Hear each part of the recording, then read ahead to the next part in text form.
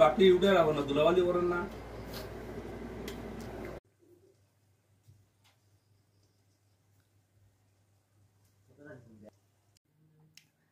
তো বন্ধুরা আমাদের আজকের দুপুরের মেনু কি দেখো। তো আজকে সকালে আমার বর গিয়ে নিয়ে আসলো 2 রকমের মাছ, ভুজিয়া মাছ আর হলো এখানে এনেছি ভেটকি মাছ।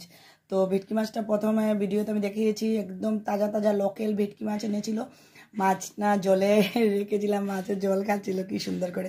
তো এখানে ভেটকি মাছ রান্না হয়েছে আলু দিয়ে, কালিজিরা পুরন দিয়ে, জিরা বাটা কাঁচা লঙ্কা বাটা দিয়ে ঝুল।